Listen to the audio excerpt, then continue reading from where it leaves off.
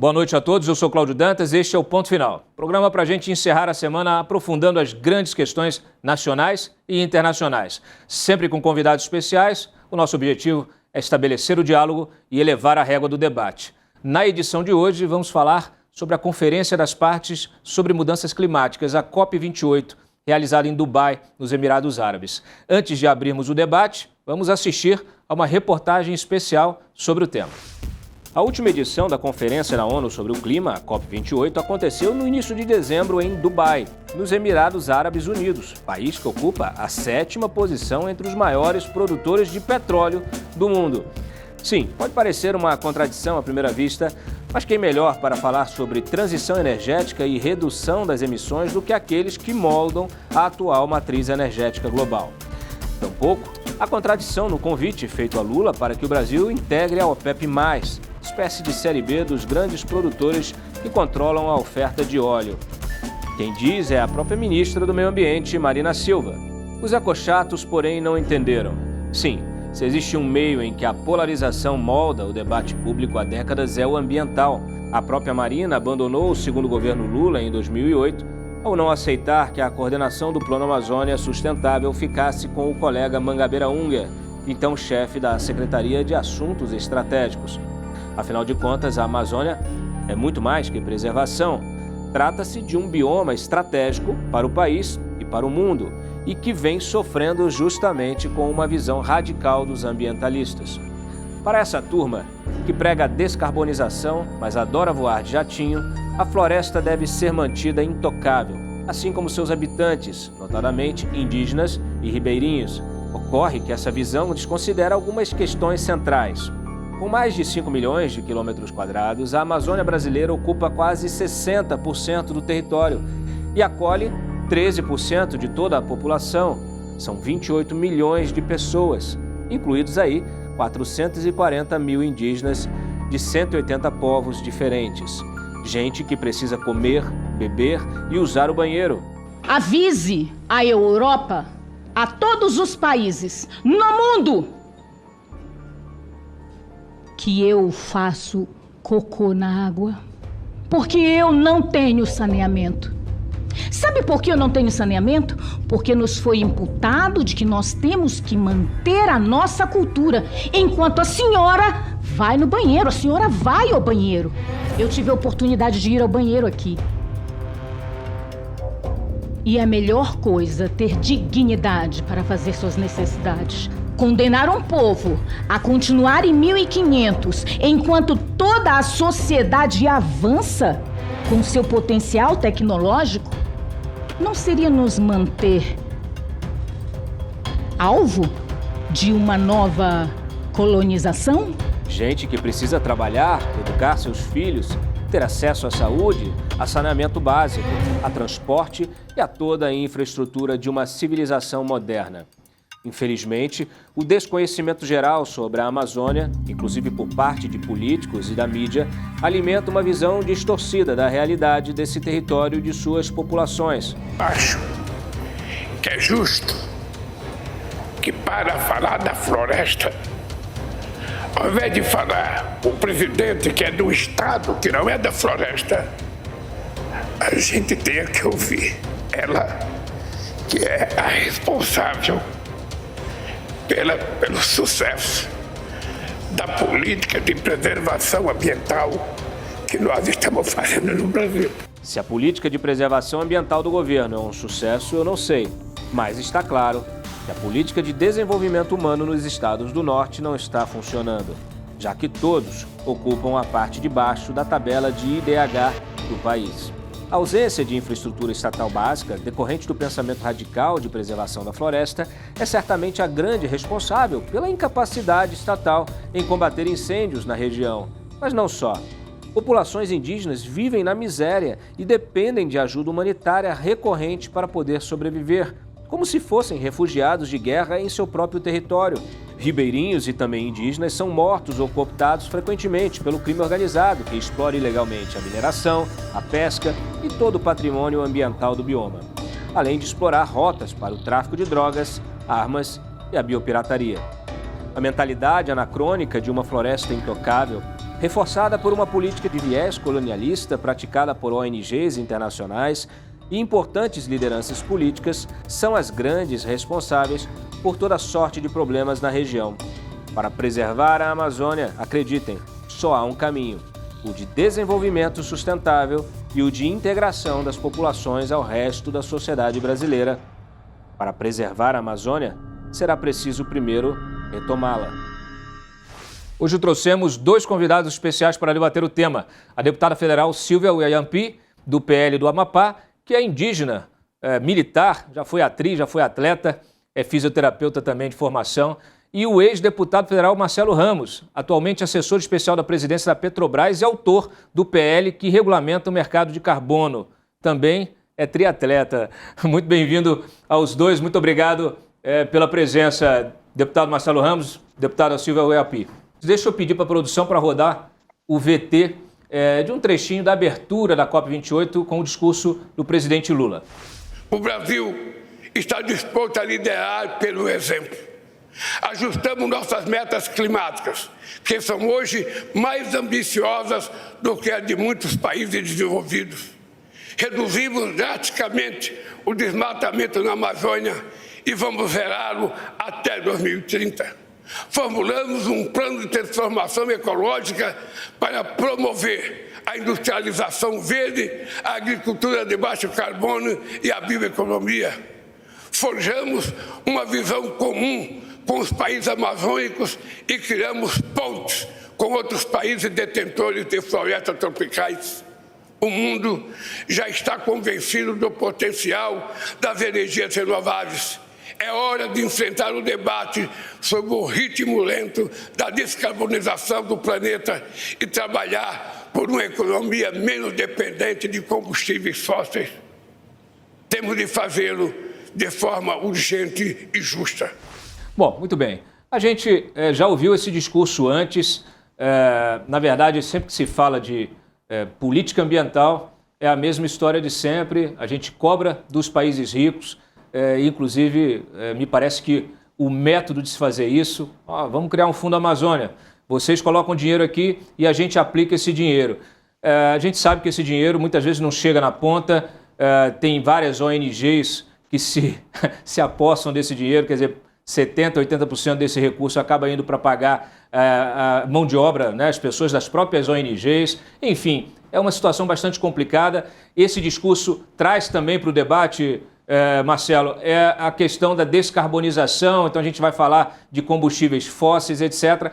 Eu primeiro queria contextualizar, justamente para que cada um pudesse fazer a sua apreciação sobre o tema, sobre a fala do presidente Lula e sobre essa temática que é bastante complexa. Aí na sequência a gente avança sobre alguns pontos. Deputada, por favor. Bom, primeiro, como uma mulher do Norte, como uma mulher da Amazônia brasileira, eu me sinto completamente ferida. Eu me sinto completamente massacrada com tal discurso.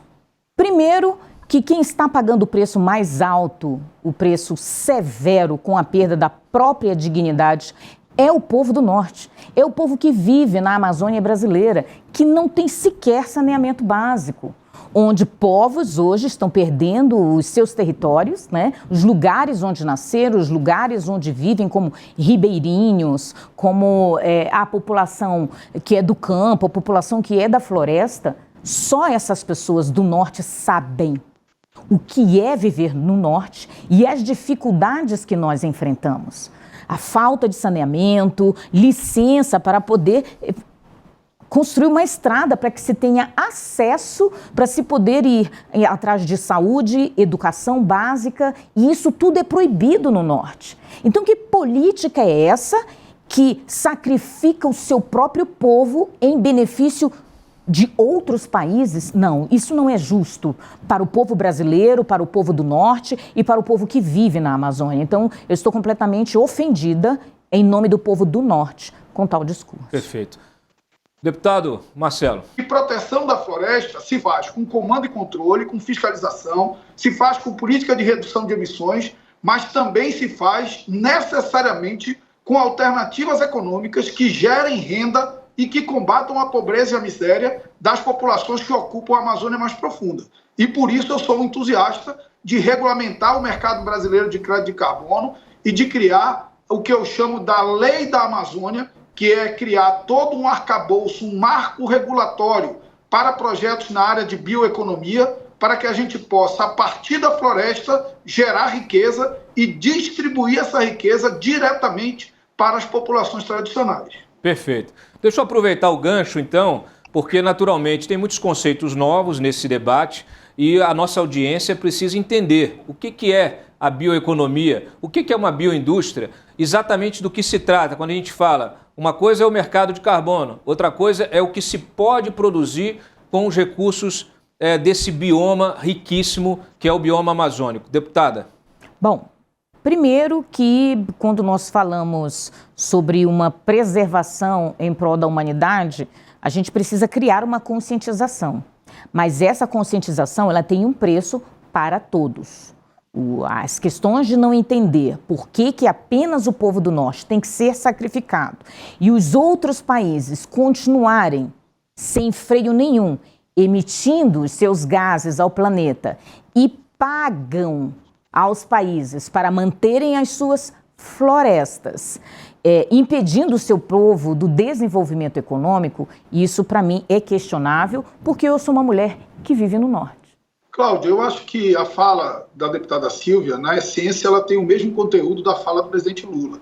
Nós não podemos ser um país que se esforça para reduzir essas emissões, que se esforça para ter uma economia de baixo carbono, enquanto os países de fora, sem pagar nada por isso, fazem com que a gente represe o nosso desenvolvimento das populações tradicionais da floresta e eles não façam o seu esforço de reduzir também a emissão de carbono. Tem conclusões diferentes, mas as falas partem da mesma matriz, de que o Brasil não pode reduzir as suas emissões, não pode fazer todo esse esforço sem que tenha uma contrapartida dos países desenvolvidos, que são os maiores emissores de gases de efeito estufa da atmosfera. Do ponto de vista da bioeconomia, falar de bioeconomia é fácil, mas executar projetos de bioeconomia depende de investimento pesado na área de pesquisa aplicada, porque você não pega o que tem na floresta e coloca na prateleira do supermercado ou na glôndula da drogaria.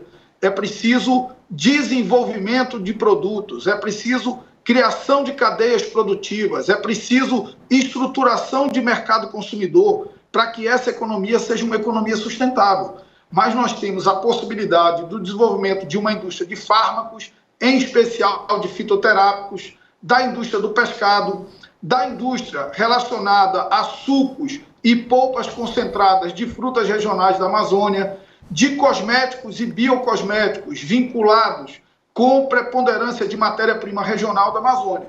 O problema é que, para isso, tem que ter pesquisa aplicada e tem que ter investimento nas construções das cadeias produtivas. E aí eu quero concordar que recursos como recursos do Fundo Amazônia, como recursos dos fundos de desenvolvimento regional, poderiam ser muito melhor aplicados se procurassem a construção de projetos em grande escala e não pequenos projetos apenas para justificar o gasto daqueles recursos que são feitos geralmente, realmente por ONGs.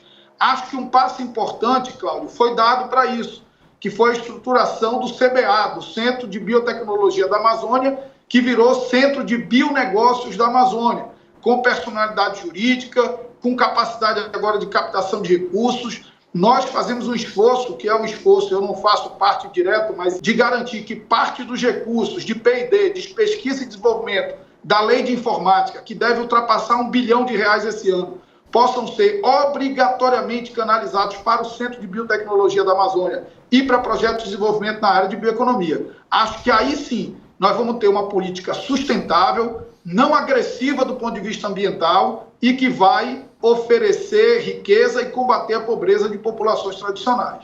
Deputada, muito boa colocação do Marcelo. Eu devolvo a bola aqui para a senhora. Olha só, esse dinheiro precisa ter menos intermediário e precisa ser realocado pelo que ele está colocando aqui, né? Um dinheiro que é para manter a floresta de pé, então entrega para a ONG que vai cercar lá, vai aproveitar a terra indígena que foi demarcada, não vai deixar ninguém entrar, então vai usar esse dinheiro para manter uma base, né, para levar, às vezes, uma ajuda humanitária para um indígena, que é um negócio meio absurdo, né, porque a gente vê aí indígenas passando fome. Quer dizer, ou você tem que decidir, mas a gente vai falar sobre isso mais à frente, a gente tem que decidir se vai manter o indígena na floresta, dependendo do Estado, né, ou se você vai integrá-lo efetivamente à economia. Mas essa colocação que o deputado está fazendo é muito importante. Por quê? Primeiro que ele redireciona esse recurso que pode ser captado lá fora, né, realoca para essa indústria. Me parece que é uma indústria que tem um grande potencial. Como é que a senhora vê isso hoje? O que é possível fazer para endereçar esse investimento objetivamente na geração de conhecimento e na geração de emprego na região? Nesse quesito, eu concordo completamente com o nobre deputado, até porque nós acompanhamos vários processos nesse sentido. Esse dinheiro ele tem que ser utilizado realmente para a pesquisa científica, para que a gente possa estar desenvolvendo formas diferentes da utilização deste território, né? Há aproveitamento de sementes, há aproveitamento de vários produtos que advém de uma floresta, né? Mas dando dignidade principalmente ao povo que vive na Amazônia. Então, eu concordo com ele, eu acho que o Brasil precisa de uma visão mais de incentivo às pesquisas técnicas, às pesquisas científicas, principalmente para o norte brasileiro. Perfeito. Começamos discordando, já estamos concordando, deputado, já é uma evolução. Deixa eu lhe perguntar uma coisa. Nós tivemos uma COP realizada em Dubai, nos Emirados Árabes, que é um dos maiores produtores de petróleo do mundo. Inclusive o Brasil foi convidado a integrar o OPEP+. Muita gente ficou escandalizada com isso, achou um grande contrassenso. Nós estamos vendo aqui um ex-parlamentar, que hoje é assessor da Petrobras, especial da Petrobras, que tem essa visão, né, de desenvolvimento sustentável, ao mesmo tempo está numa posição estratégica da estatal que produz, que explora, né, da estatal que explora e produz petróleo no Brasil, e que agora está enfrentando também um debate importante sobre a exploração lá na foz do Amazonas. Por favor, deputado. Primeiro, eu quero dizer que nós temos estruturas muito rígidas e até razoavelmente eficientes de comando e controle, de fiscalização, de demarcação de área indígena, de demarcação de área de reserva legal e tudo mais. O problema é que se nós resolvermos o problema do comando e controle, mas não resolvermos o problema econômico, o instinto de sobrevivência do homem vai ser sempre no sentido de desmatar, de fazer a pesca ilegal, porque o homem que vive, o homem e a mulher que vive nessa Amazônia mais profunda precisa comer. O instinto de sobrevivência ele é muito mais forte do que a lei. Ele é muito mais forte do que os mecanismos de controle do Estado brasileiro. Por isso eu insisto que o comando e controle está resolvido pelo Código Florestal. Nós temos que resolver a sustentação econômica dos estados da Amazônia Legal. Tem um dado que é alarmante. Dos 10 piores IDHs do Brasil, os 10 piores IDHs do Brasil estão em estados da Amazônia Legal. Todos. Isso significa uma distorção do ponto de vista federativo. E nós precisamos enfrentar essa distorção. Enfrentar autorizando desmatar tudo, autorizando pesca ilegal, mineração em qualquer lugar, não. Mas enfrentar buscando alternativas econômicas que possam gerar renda e combater a pobreza a partir da floresta. O mercado de carbono é uma alternativa. A bioeconomia é uma outra alternativa. A mineração sustentável é uma outra alternativa. A agricultura sustentável, onde ela é possível, a pecuária de baixa extensividade, tudo isso é possível. Em relação à falsa contradição de produção de petróleo, de óleo e gás, em contradição com energias renováveis, isso para nós, Brasil, é uma falsa contradição. Primeiro, porque a nossa matriz energética é muito mais renovável do que o resto do mundo. E segundo, porque queiram os ambientalistas ou não, os próximos 50 anos ainda terão preponderância de combustíveis fósseis. Isso independe da nossa vontade. Uma migração radical de combustíveis fósseis para energia renovável significa reduzir o acesso à energia para as pessoas mais pobres, porque essas tecnologias são hoje mais caras do que os combustíveis fósseis. Não serão no passado, no futuro, com políticas de incentivo. Então, primeiro, porque essa transição ela é mais lenta do que pretendem que sejam os ambientalistas. E segundo, porque a riqueza gerada a partir do óleo e do gás que vai gerar o dinheiro necessário para pesquisa e investimento na área de energias renováveis. A Petrobras hoje não é uma empresa só de petróleo, óleo e gás. É uma empresa comprometida com a transição energética. Isso foi aprovado agora no novo plano estratégico. Está usando parte do seu recurso para desenvolvimento de energia eólica offshore. Existem duas premissas. A primeira premissa é que a transição energética ela não é tão curta quanto pretendem alguns. E a segunda é entender que a transição energética depende da riqueza gerada pelo óleo e pelo gás. E que, portanto, é a riqueza do óleo e do gás, é a segurança energética do nosso país que vai possibilitar essa transição. Em relação à margem equatorial, à exploração de petróleo no Amapá, terra da honrosa deputada, nós temos a compreensão de que a Petrobras deve atender todas as determinações dos órgãos ambientais. Agora, os órgãos ambientais precisam possibilitar a Petrobras atender essas determinações. Quaisquer que sejam, nós vamos atender, porque a Petrobras é uma empresa verdadeiramente comprometida com a sustentabilidade ambiental no nosso país. Eu queria que a ministra Marina Silva estivesse aqui participando do debate. Mas como ela não está, vamos colocar aqui, pedir para a produção colocar um VT de uma fala dela sobre a proposta que tem a ver com o que o deputado Marcelo, ex-deputado, falou da questão do crédito de carbono, do financiamento desses projetos, que é a proposta de criação de um fundo Floresta Tropical. Floresta Tropical para sempre. Por favor, produção.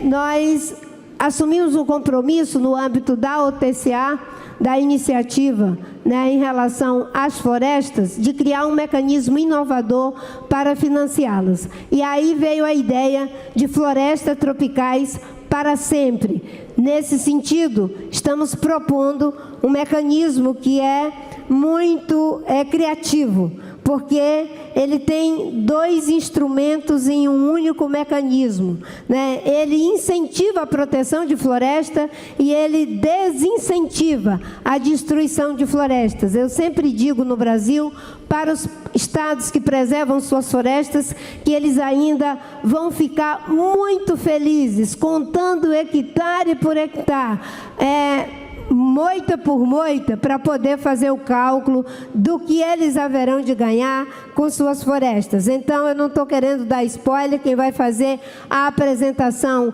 é o Garo, mas quero concluir dizendo o seguinte: a partir dos fundos soberanos existentes no mundo, que reúnem trilhões de dólares, poder se criar um mecanismo para financiamento de floresta que não é caridade, que não é doação. Tenho aqui a ministra, a querida ministra da Indonésia, muito obrigada por sua presença. Nós vamos poder criar uma condição para que países desenvolvidos possam ajudar a proteger as florestas com um mecanismo que não significa doação.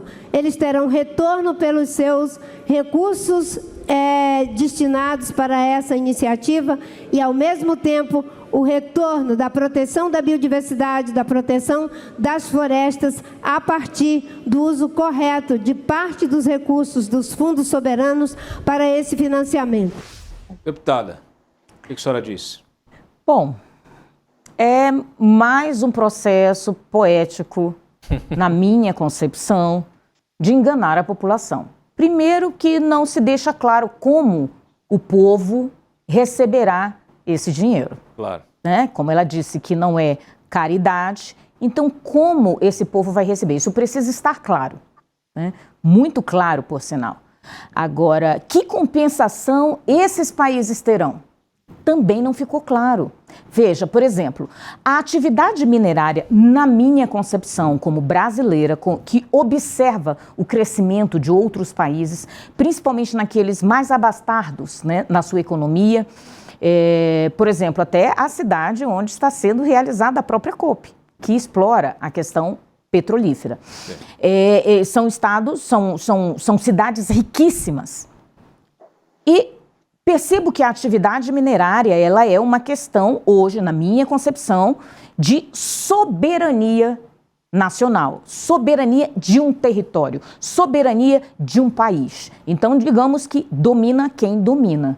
Se eu não domino essa atividade minerária, se eu não exploro a minha atividade minerária enquanto nação, para que o meu país seja grande economicamente, tanto faz como se for na bioeconomia, ou na questão petrolífera, ou na questão do ouro, na exploração do tântalo, na exploração da cassiterita, do manganês. Se eu não domino, eu ficarei subserviente ou dependendo da atividade de alguém. Então, qual compensação? As coisas não ficam tão claras assim. O discurso tem um cheirinho de entreguismo. Deixa eu passar para o deputado aqui. Deputado, eu queria já trazer justamente a sua proposta de regulação desse mercado, porque me parece que é disso que se trata, regulação do mercado de carbono. O senhor apresentou a proposta naturalmente quando ainda era deputado, ela tem agora a nova relatoria, foi apensada a ela um projeto do Senado. Por favor, diga para a nossa audiência, sintetize para a nossa audiência como é que funcionaria esse mecanismo e a necessidade justamente de regulação desse mercado de carbono. Cláudio, eu quero partir de uma premissa que, na minha opinião, ela deve orientar todo o debate ambiental. Vocês devem ter acompanhado que Manaus, durante alguns dias, amanheceu completamente coberta de fumaça. E eu escrevi um artigo sobre isso, sobre os porquês dessa crise ambiental que cobriu Manaus de uma fumaça decorrente de queimadas.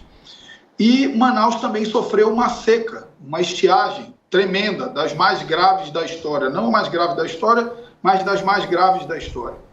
E escrevi esse artigo e distribuí em vários grupos de redes sociais que eu participo, muitos deles de São Paulo, do Rio de Janeiro.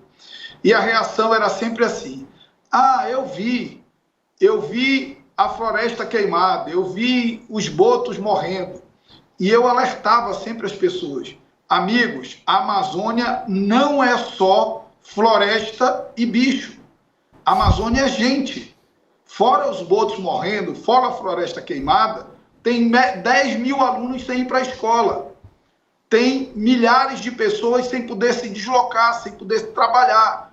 Tem municípios sem conseguir receber a sua botija de gás.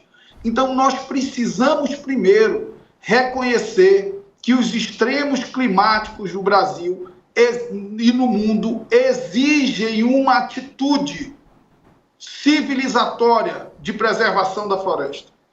Agora, essa atitude civilizatória de preservação da floresta, ela tem que estar coordenada com o aspecto econômico.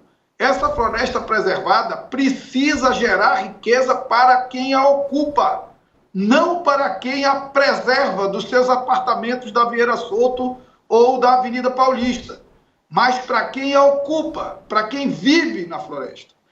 E acredito, tenho convicção de que o mercado de carbono pode ser um bom caminho, porque a necessidade que há hoje de compensar as emissões de carbono e a capacidade que a floresta tem de absorver carbono da atmosfera precisa ser monetizada. Já o é através de um mercado voluntário, em que empresas voluntariamente preservam floresta e pagam por essa preservação para compensar as suas emissões de gases de efeito estufa, notadamente o dióxido de carbono e notadamente o metano, que são os principais gases de emissões no Brasil. Agora, nós precisamos de um mercado regulado para que o que é feito hoje voluntariamente passe a ser obrigatório. A indústria reduzir os seus níveis de emissão, embarcando tecnologia mais limpa, e a indústria comprando créditos de floresta preservada para compensar as suas emissões que não conseguirem ser reduzidas.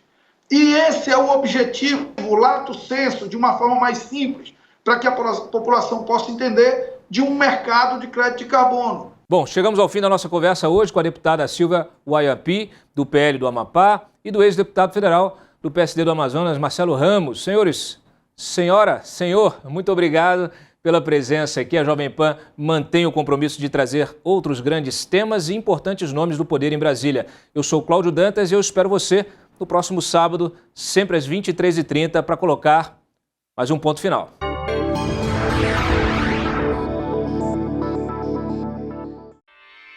Realização Jovem Pan News.